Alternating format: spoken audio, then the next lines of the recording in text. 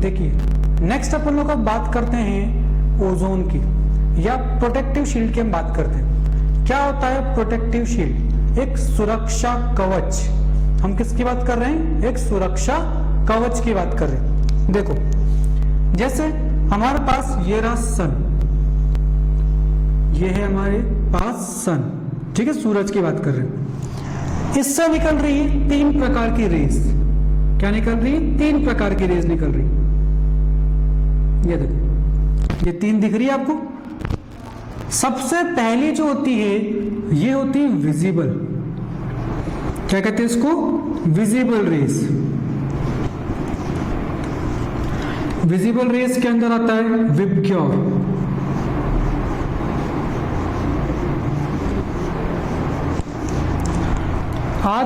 आज की तारीख में देखो बात करें, जब भी सूरज निकलता है हम हर चीज को देख पाते हैं। और ये तो आप लोग सभी लोग पढ़ चुके हैं कि कोई भी चीज से अगर लाइट टकराकर, रिफ्लेक्शन किसी भी चीज से लाइट टकराकर हमारी आंखों तक पहुंचेगी तो ही हम उस चीज को देख पाएंगे।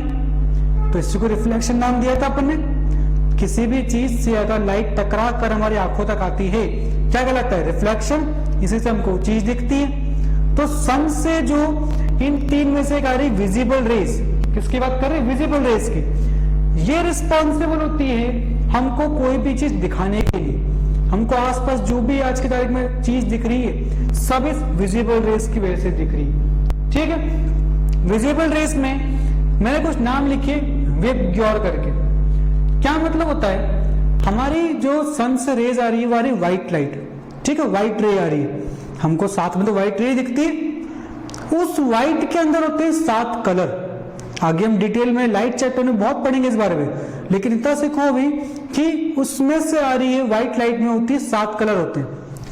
पहला कलर वायलेट, पहला कलर इसका नाम है वायलेट। Second Indigo,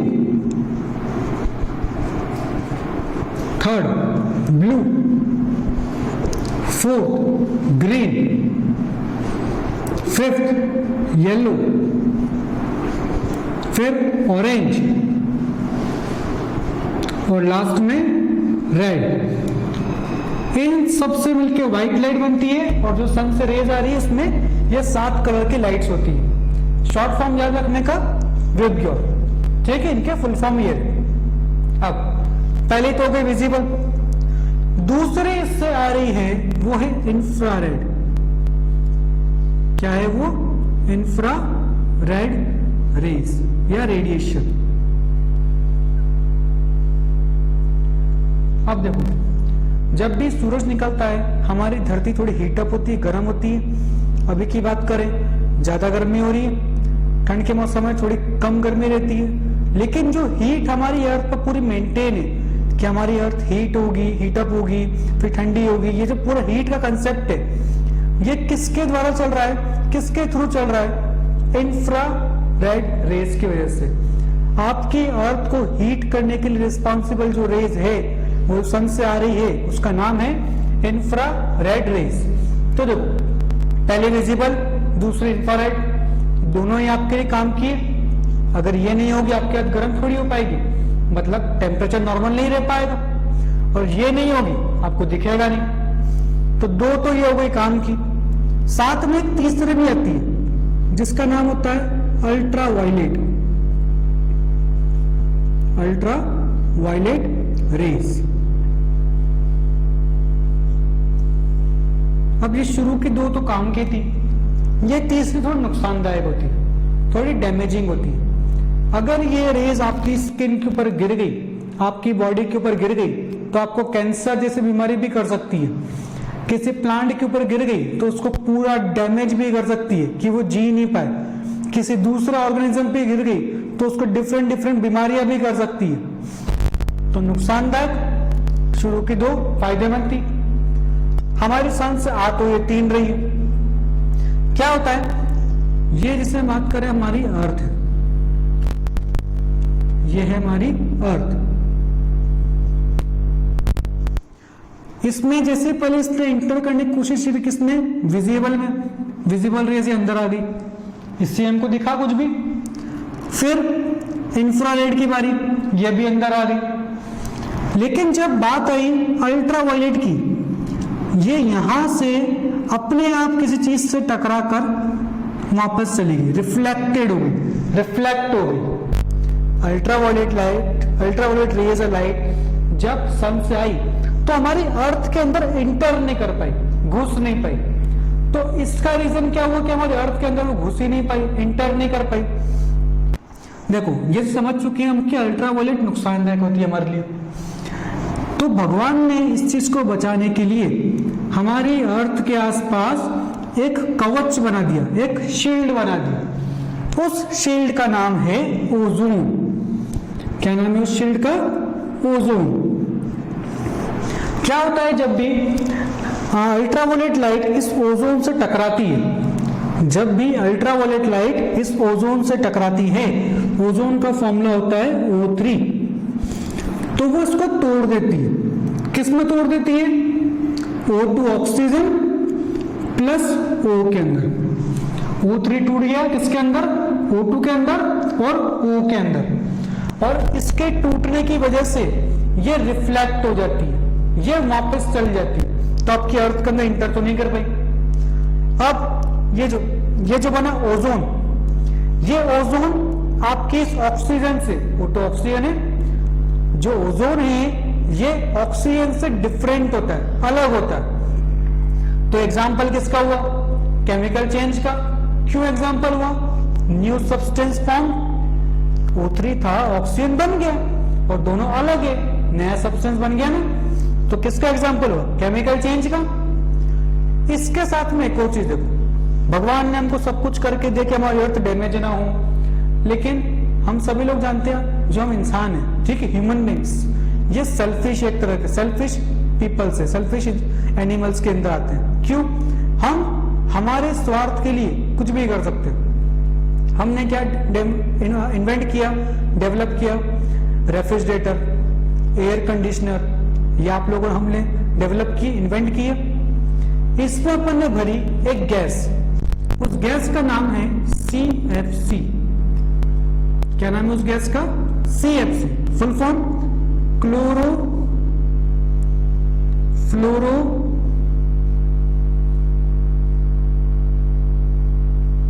carbon. क्या नाम है गैस का? Chlorofluoro carbon.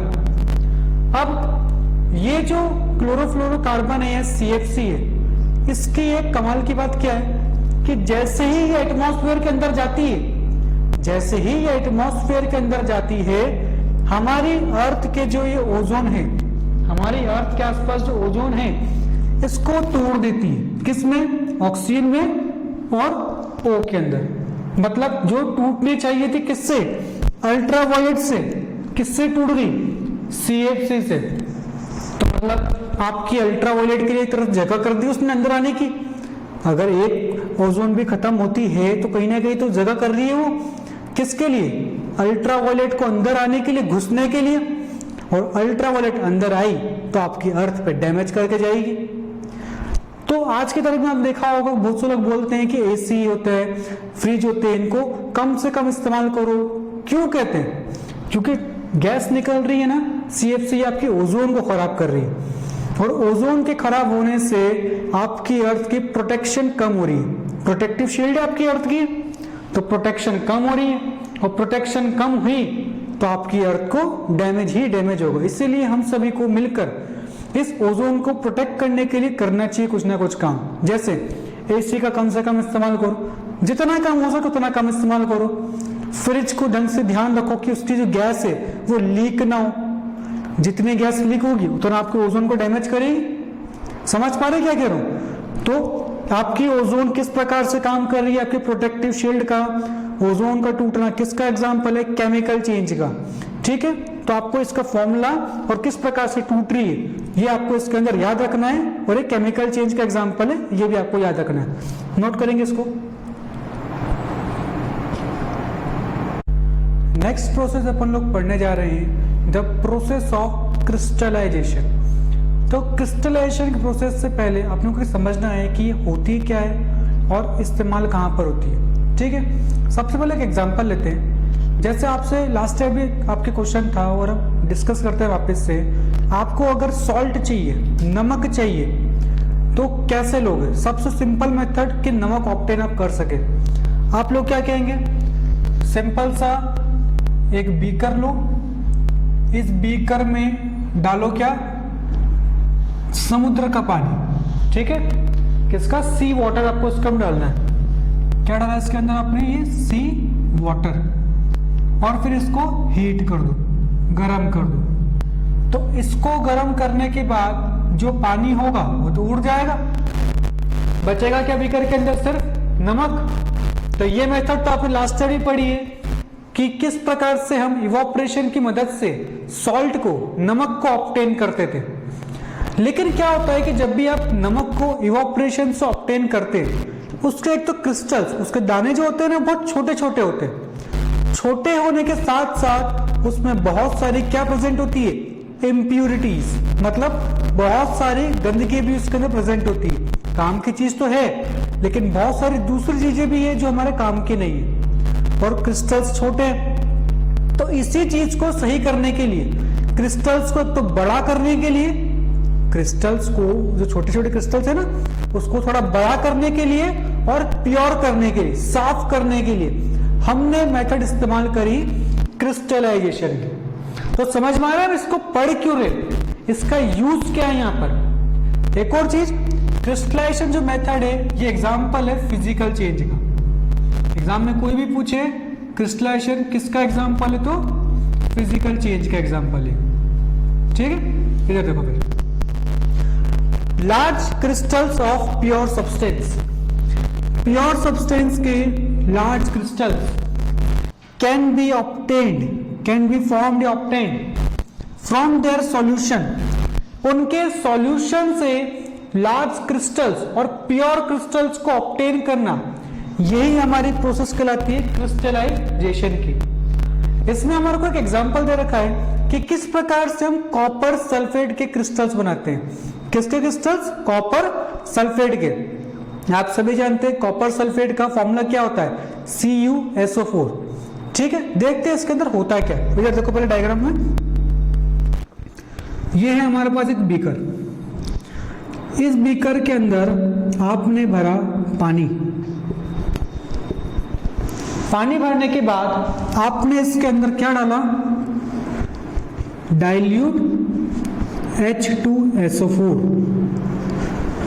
आप सभी जानते हैं H2SO4 सल्फ्यूरिक एसिड होता है, और डाइल्यूट क्यों, ज्यादा पानी मिला हुआ है इसके अंदर, इसलिए, ठीक है। आपने इसके अंदर डाला डाइल्यूट H2SO4, कितना, 2 to 3 ड्रॉप्स। उसके बाद आप क्या करेंगे, इसको थोड़ा हीट अप करना चालू करेंगे, गर्म करना चालू करेंगे। हमने क्या दी इसको, यहां से हीट प्रोवाइड करी। हीट प्रोवाइड करते करते जब ये थोड़ा सा गर्म हो गया, बॉईल होने लग गया अच्छा खासा, हमने इसके अंदर धीरे धीरे करके ऐड करे क्या, CuSO4 का पाउडर। CuSO4 समझते सभी लोग, कॉपर सल्फेट। कॉपर सल्फेट का आपने क्या ऐड करा इसके अंदर, पाउडर ऐड करा।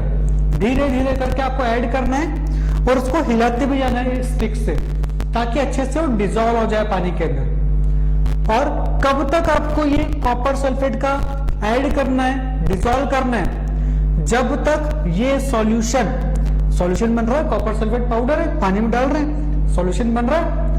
कब तक करना है, जब तक ये सॉल्यूशन सैचुरेटेड में कंप्लीट ना हो जाए। लास्ट ईयर आप सब सीख चुके हैं, सैचुरेटेड मतलब जब तक या जब कोई भी सॉल्यूट डिजोल्व होना बंद कर दे, जब तक इस पानी के अंदर कॉपर सल्फेट डिजोल्व हो रहा है आपको ऐड करना है।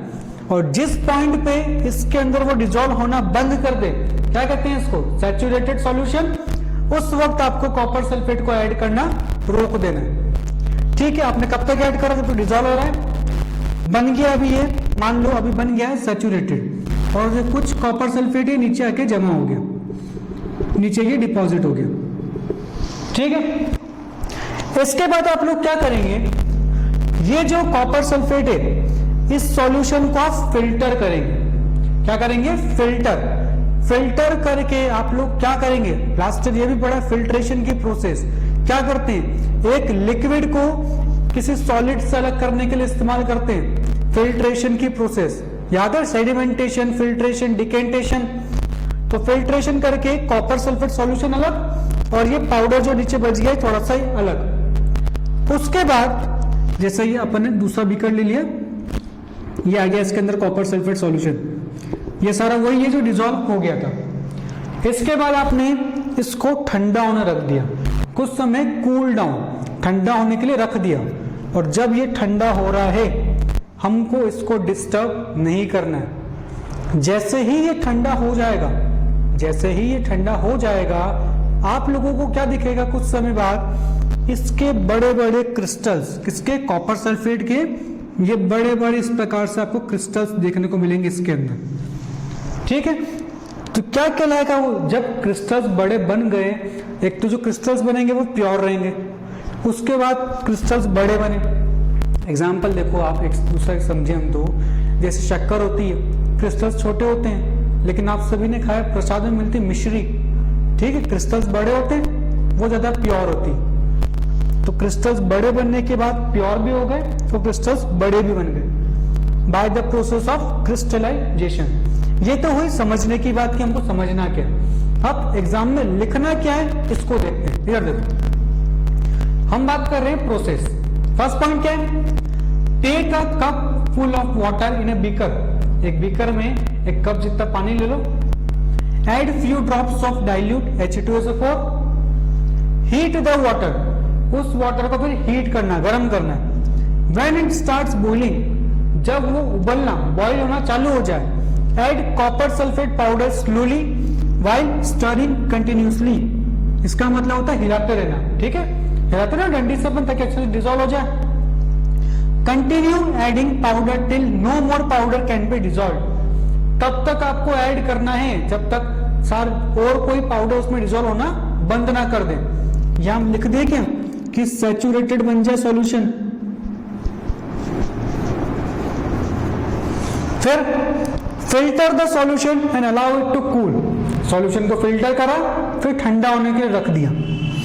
Do not disturb the solution when it is cooling, फिर look at the solution after some time, ठंडा हो गया, कुछ समय बाद जब उसको देखेंगे सॉल्यूशन को, you will see the crystals of copper sulphate solution, या कॉपर सल्फेट के हम क्रिस्टल्स हमको देखने को मिलेंगे जो बड़े होंगे, छोटे होते हम देख नहीं पाते। इस प्रोसेस हमने कर ली बड़े ताकि आसानी से देख पाए, उसके साथ साथ प्योर भी हो गए।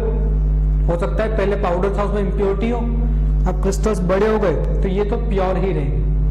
इतनी बात समझ आ रही है आपको। और अगर आपको कॉपर सल्फेट सॉल्यूशन के क्रिस्टल्स अभी भी देखने को नहीं मिल रहे तो कुछ समय और इसको ठंडा होने दो, पूरे ढंग से ठंडा हो जाएगा तो उसके बाद आपको क्लियर देखने को मिलेंगे इसके। तो ये प्रोसेस थी हमारी क्रिस्टलाइजेशन की। एग्जाम में आपको इस तरह से लिख कर आना है और एक डायग्राम बनाना है, ठीक है, नोट करो इसको।